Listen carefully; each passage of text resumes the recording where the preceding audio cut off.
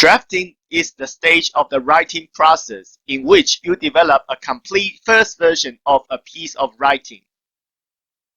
Even professional writers admit that an empty page scares them because they feel they need to come up with something fresh and original every time they open a blank document on their computers.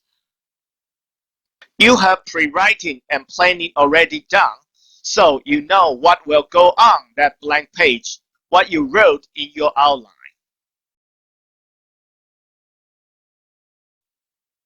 Your objective at this stage of the writing process is to draft an essay with at least 3 body paragraphs, which means that the essay will contain a minimum of 5 paragraphs, including an introduction and a conclusion. A draft is a complete version of a piece of writing, but it is not the final version.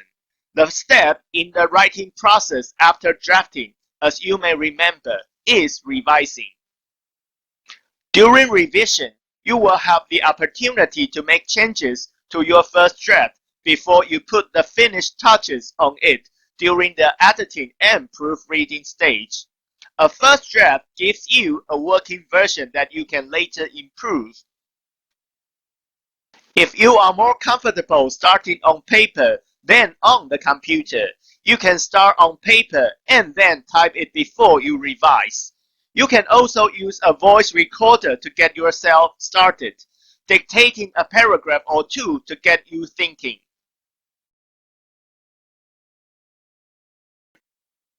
The following approaches, done alone or in combination with others, may improve your writing and help you move forward in the writing process.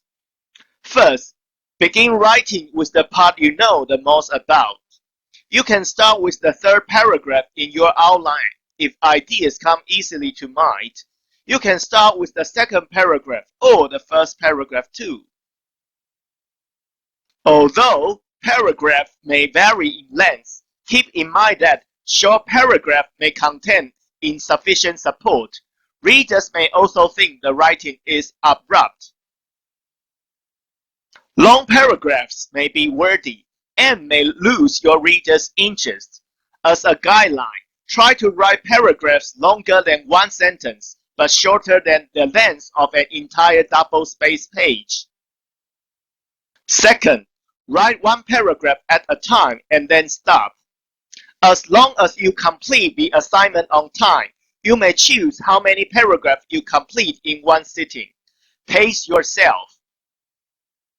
On the other hand, try not to procrastinate. Writers should always meet their deadlines. Third, take short breaks to refresh your mind. This tip may be most useful if you are writing a multi-page report or essay. Still, if you cannot concentrate, take a break to let your mind rest. But do not let breaks extend too long. If you spend too much time away from your essay, you may have trouble starting again. You may forget key points or lose momentum. Try setting an alarm to limit your break, and when the time is up, return to your desk to write. Fourth, be reasonable with your goals. If you decide to take 10 minutes breaks, try to stick to that goal. If you told yourself that you need more facts, then commit to finding them. Holding yourself to your own goals will create successful writing assignments.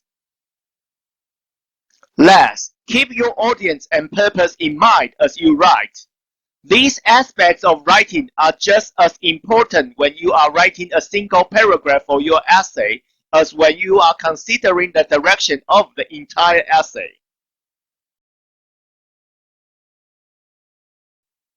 If you have been using the information in the previous videos step by step to help you develop an assignment, you already have both a formal topic outline and a formal sentence outline to direct your writing.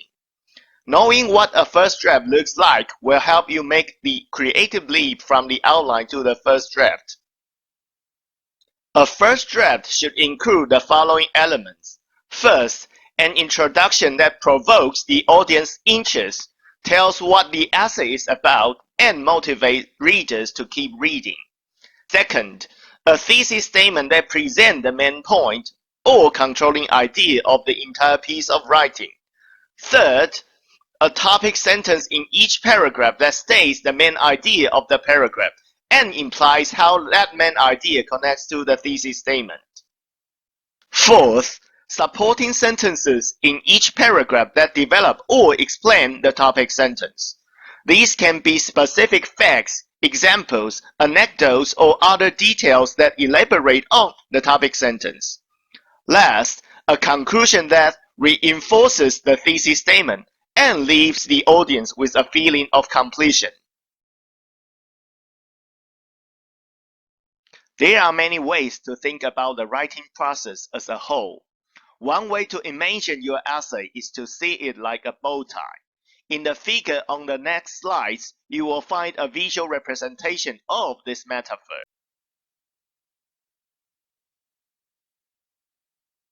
The left side of the ball is the introduction, which begins with a hook and ends with the thesis statement.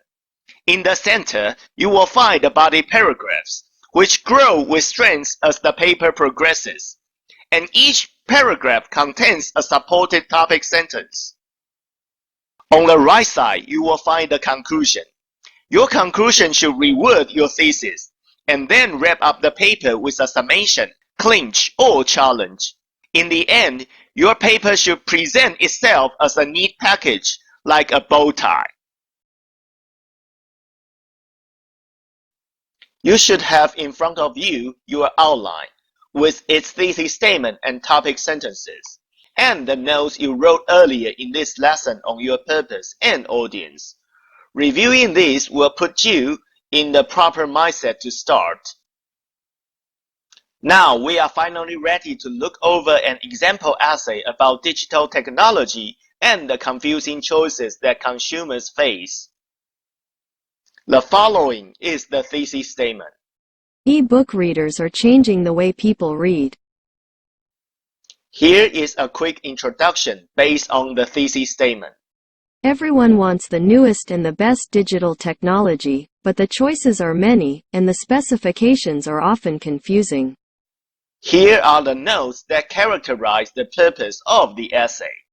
My purpose is to inform readers about the wide variety of consumer digital technology available in stores and to explain why the specifications for these products, expressed in numbers that average consumer don't understand, often cause bad or misinformed buying decisions. Here are the notes that characterize the audience. My audience is my instructor and members of this class. Most of them are not heavy into technology except for the usual laptops, cell phones, and MP3 players, which are not topics I'm writing about.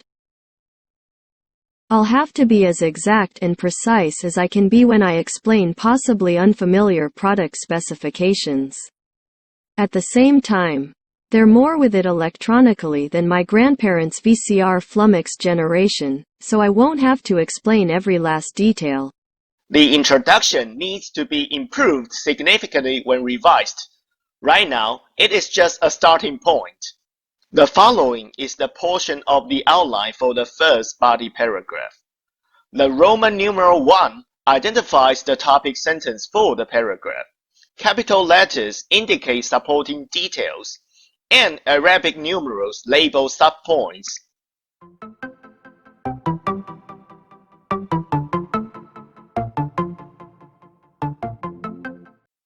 The ideas in the outline are expanded into a paragraph. Notice how the outline helps all the sentences in the body of the paragraph develop the topic sentence. E-book readers are changing the way people read, or so e-book developers hope. The main selling point for these handheld devices, which are sort of the size of a paperback book, is that they make books easy to access and carry. Electronic versions of printed books can be downloaded online for a few bucks or directly from your cell phone. These devices can store hundreds of books in memory and, with text-to-speech features, can even read the texts.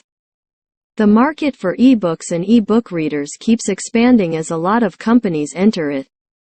Online and traditional booksellers have been the first to market ebook readers to the public, but computer companies, especially the ones already involved in cell phone, online music, and notepad computer technology, will also enter the market.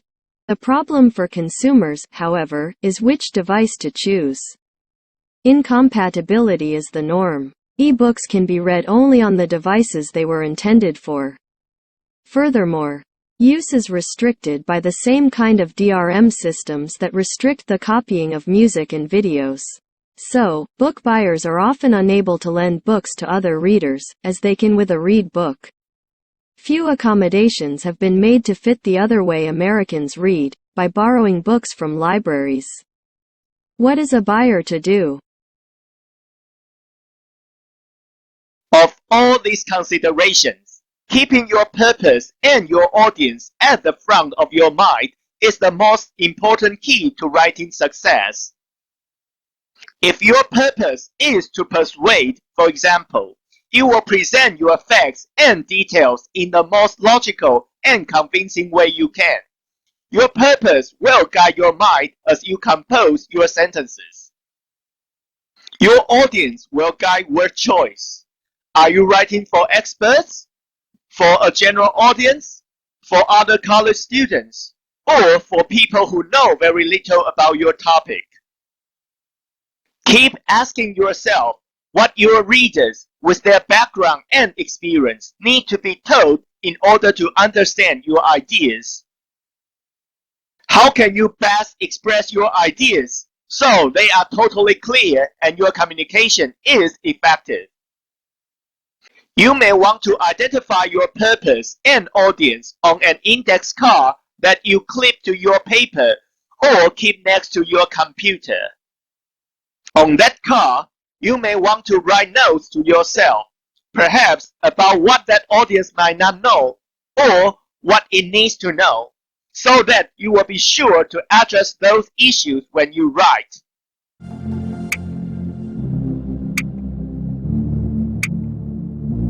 Hey everybody, thank you so much for watching this video. I hope you can learn more about English composition.